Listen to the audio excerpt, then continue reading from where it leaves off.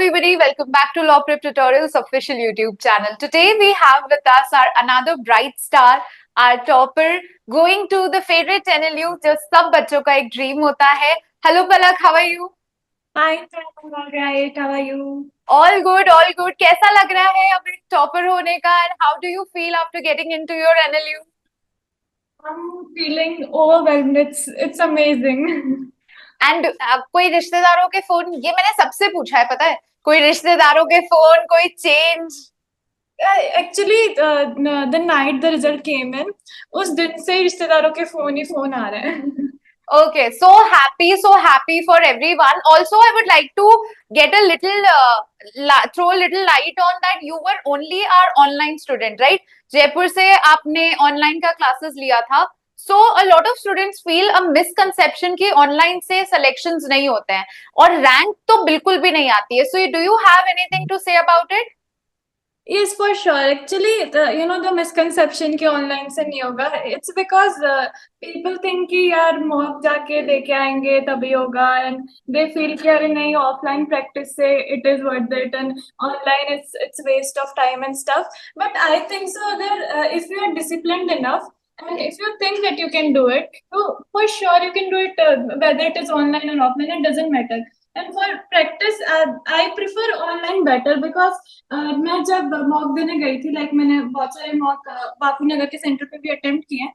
तो I had to travel 2 hours Sikar से Jaipur. It takes 2 hours to travel. Yes. Then I had to do the mock and stuff. तो मेरा score हमेशा कम ही रहता था. लाइक मैं ऑल इंडिया मॉक देने जाती थी, तो because of the travel I used to score less.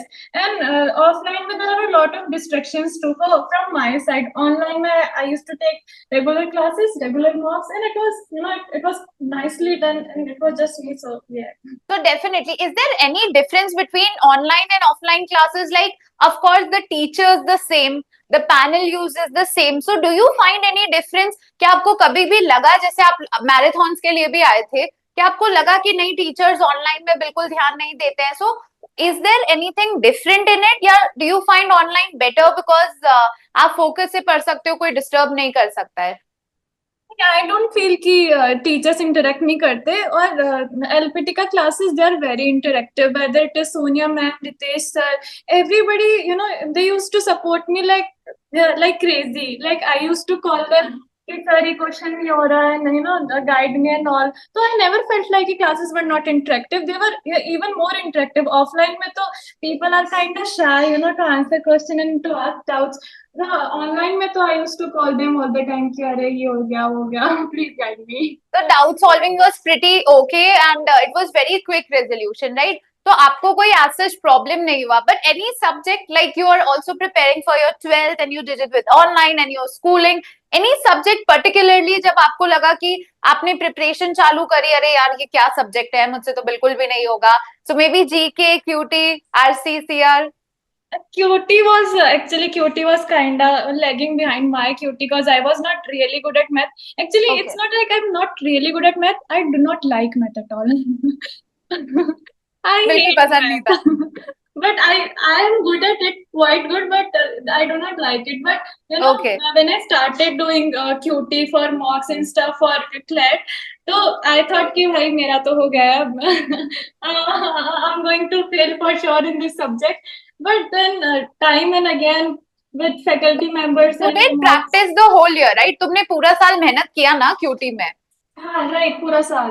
And how much did you score in QT in the real paper? 10.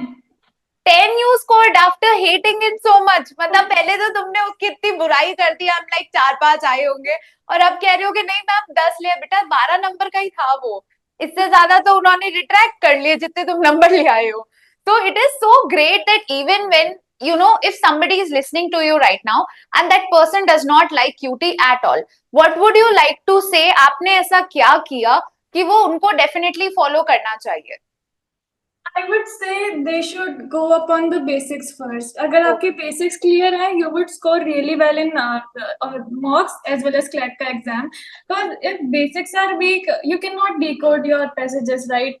QT is a tough subject for sure for people who do not like it.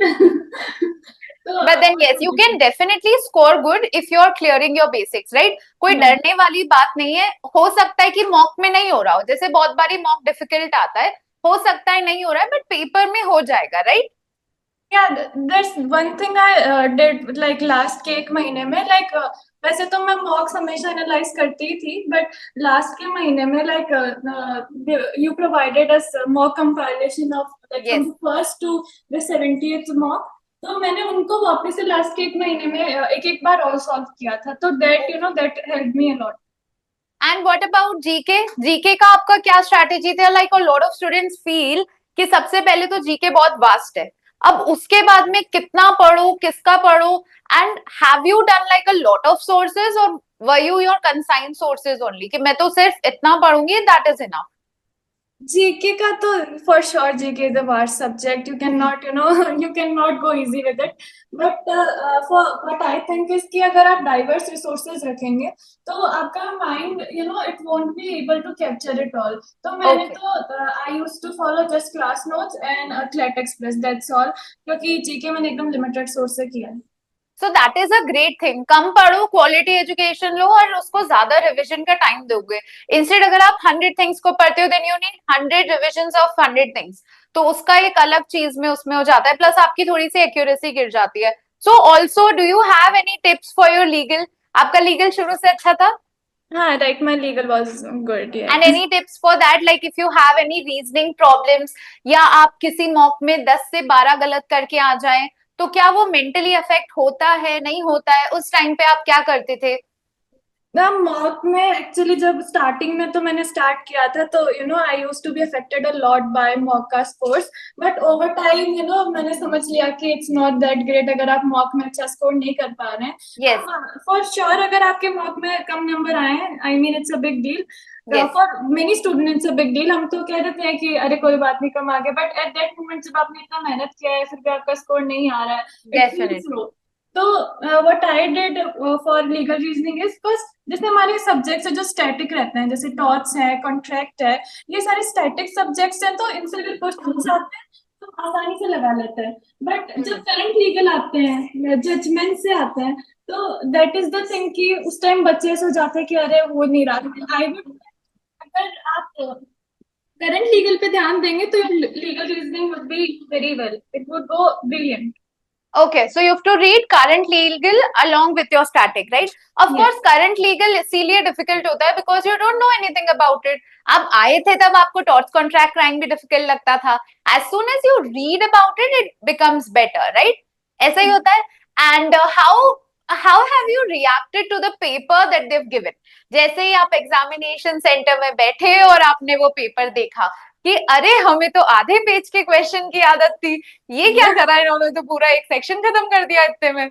Real the exam actually exam वाले दिन पहले तो 2 दिन मैंने last mock दिया था I guess 28 को दिया था मैंने 2 दिन से Yes. मैंने मॉक नहीं दिए थे और फिर मैंने क्योंकि see it was all over I had given 150 plus मॉक्स मैंने कहा बस हो गया है आप देखेंगे सीधा एग्जाम वाले दिन क्या होता है. तो I went to that centre and I was not really confident but I pretended to be confident. I thought fake it till you make it. Yes, fake it till you make it कि ठीक है मेरे को अच्छा लग रहा है, and अब जब तक नहीं लगता तब तक यही ऑप्शन है. तो yes, I went there और फिर मैं जाके और बिल्कुल हो गई. तो 150 they provided us the paper और पेपर देख के और फिर I was like it's finally time we gotta do it and 2 बजे मैंने उसको खोला. खोलते ही सबसे पहले I checked जीके और GK it was passage based. They had asked bricks में एस क्या होते हैं. I was like what what is this paper and I thought कि अब मुझे जीके पढ़ना पड़ेगा. तो my strategy was पहले सारे marks में I used to do GK then English then logic legal and QT. Okay. But then GK में तो मैं 5-7 मिनट में I used to do all of it but now it is passage It will based take to time. midway में I changed my strategy कि see first we gotta do GK जो कि static है then I moved to English and at that moment of time I felt कि cutoff is gonna go high because the passage based GK Very easy, English yes. भी easy आई है तो मुझे ज्यादा score करना पड़ेगा if I need a good rank and analyst. तो मैंने उसमें स्ट्रेटेजी चेंज किया and then I went to logical का section GK English logical and then they had given sitting arrangement पिछले 5 Yes. सालों से there is no analytical का question and there is sitting there instant. I was like what I got to do. But मैंने A-Lit की practice करी भी थी तो Yes. मैंने So सर्कल it बनाया. really helped you. हाँ, ये it helped me. मैंने सर्कल बनाया. I started doing that question, but the answers didn't It come. was not. I was like, what do I do? मैंने उस question को 2 बार solve किया. I invested 10 minutes in that question and it was still not over. तो मैंने उसको छोड़ दिया. मैंने कहा it's time, we gotta leave it. और फिर पेपर किया. लास्ट में जरूर मैंने 2 मिनट देख के उसको एक्स्ट्रा किया ताकि कुछ हो जाए. But you see that but question. नहीं हुआ. But two things that I would like to say and point out जो अभी आपने बोला. सबसे पहला that you went out with a strategy but then you did not panic that you had to change your strategy. अब mostly क्या होता है, it's about the competitive exam plus the mental strength that you have. अब आपको पता था कि आपको क्या करना है, बट जब वो सेम चीजें आपकी उस पर अप्लाई नहीं हुई, you were so quick to change your strategy कि चलो अब ये काम नहीं करेगा, मेरे को पहले जो करना होता है मैं उसी पे ध्यान देती हूँ. And second is you did not get stuck. आपको पता था कि आपको एआर का question, you were quite confident, आप एआर की तैयारी कर रहे हैं, एलेट देंगे तो यू वर कॉन्फिडेंट कि मैं कर लूंगी. बट आपने उस पे अपना ईगो नहीं लगाया. You said you were there for 10 minutes and I guess तुम्हारे पास में आराम से टाइम बचा भी होगा. Even if you wanted to give, like you said 2 minute last में दिया आपने. तो वो एक बहुत अच्छा स्किल है which I guess everyone who is listening to should understand. बहुत सारे बच्चों ने बाहर आके ये बोला कि हमारा पेपर छूट गया, और जब हमने पेपर देखा वो पेपर ऐसा था ही नहीं. जिसने एलपीटी के मार्क्स दिए होंगे उनके लिए वो पेपर लेंदी नहीं था. Agreed, right Palak? It was not lengthy at all, but then because they got stuck, their ego got stuck कि नहीं ये question ER का मुझसे कैसे solve नहीं हो रहा है. So a very good thing that you did out there, and I'm 100% sure कि उसका result हम लोगों को दिख भी रहा है. And what are your plans अब आगे 12th में? What are you going to do? इसके बाद क्या करना चाहेंगी आप? 5 years law हो जाएगा उसके बाद. उसके बाद I would pursue the LLM for sure. Actually, I wanna go to Harvard for my LLM का course. Oh, congratulations! Yes, you should. And मेरे को लग रहा है कि 100% I'm going to see you somewhere in a valedictorian, and you'll be like, you know, all happy, and हमको ये तो दिखेगा ही दिखेगा. So, anything else that you would like to say to all the viewers जो भी अभी आपको देख रहे हैं, specially related to online lectures, कि ऑनलाइन लेक्चर्स में ध्यान किसको ज्यादा देना चाहिए, and how are they supposed to, even जैसे a lot of students are actually living far away, तो उनका ऐसा क्या कर सकते हैं कि ऑफलाइन मॉक होता है तो कैसे ऑफलाइन मॉक्स जैसे ऑल इंडिया ओपन मॉक्स कुछ दे दें ताकि उनके पास में एक प्रैक्टिस भी रहे, या फिर कैसे वो ऑनलाइन का मैक्सिमम बेनिफिट उठा सकते हैं? I would say कि फर्स्टली तो उनको ट्रस्ट करना चाहिए खुद पे, और यू नो ऑनलाइन अगर आपने परस्यू कर रहे हैं तो बिल्कुल आप खुद पे और फैकल्टी मेंबर्स पे ट्रस्ट कीजिए कि जो मटेरियल आपके पास आ रहा है इट्स दी बेस्ट. अपने रिसोर्सेज को लिमिटेड रखें, और मॉक प्रैक्टिस के लिए आई वुड से कि ओएमआर फिल करना इज रियली इम्पोर्टेंट. तो Yes. मैंने कोई भी मॉक लाइक सीधा नहीं दिया है जैसे अपन क्लिक करके यू नो सीधा फोटो से देते हैं. I had given all the मॉक्स. First I field OMR offline और फिर मैं ओएमआर अपलोड करती थी. तो आई वुड सजेस्ट कि अगर आप प्रैक्टिस पे जा रहे हैं, फॉर श्योर अगर आप प्रैक्टिस करनी चाहिए आपको, ओएमआर फिलिंग की प्रैक्टिस के लिए आप उसे ऑफलाइन दें और फिर उसे अपलोड कर दें. प्लस अगर all India mocks they are very important. I would suggest कि अगर आपसे हो पाए तो एटलीस्ट मंथ के अंदर तो आप एक दे ही सकते हैं. इट्स लाइक रियली रीजनेबल अगर आप मंथ के अंदर एक दें. और एलपीटी के centres they are reachable, they are not really far. For that reason अगर आप किसी के भी ले रहे हैं तो I would suggest one offline mock for a month अगर आप पूरे ऑनलाइन स्टूडेंट हैं, and do it by you know offline copy. 100% LPT के सेंटर्स हर जगह, हम लोग 10 नए सेंटर्स और लेकर आ रहे हैं तो ये प्रॉब्लम की सोल्यूशन तो we are always ready to help with. So thank you, Palak, and I wish you all the best for your future endeavors. And wherever you're here, we'll meet and we'll definitely have a good time. Till then, enjoy and also keep studying for your 12th. और आपके future के लिए आपको बहुत बहुत शुभकामनाएं. Thank you. Thank you ma'am.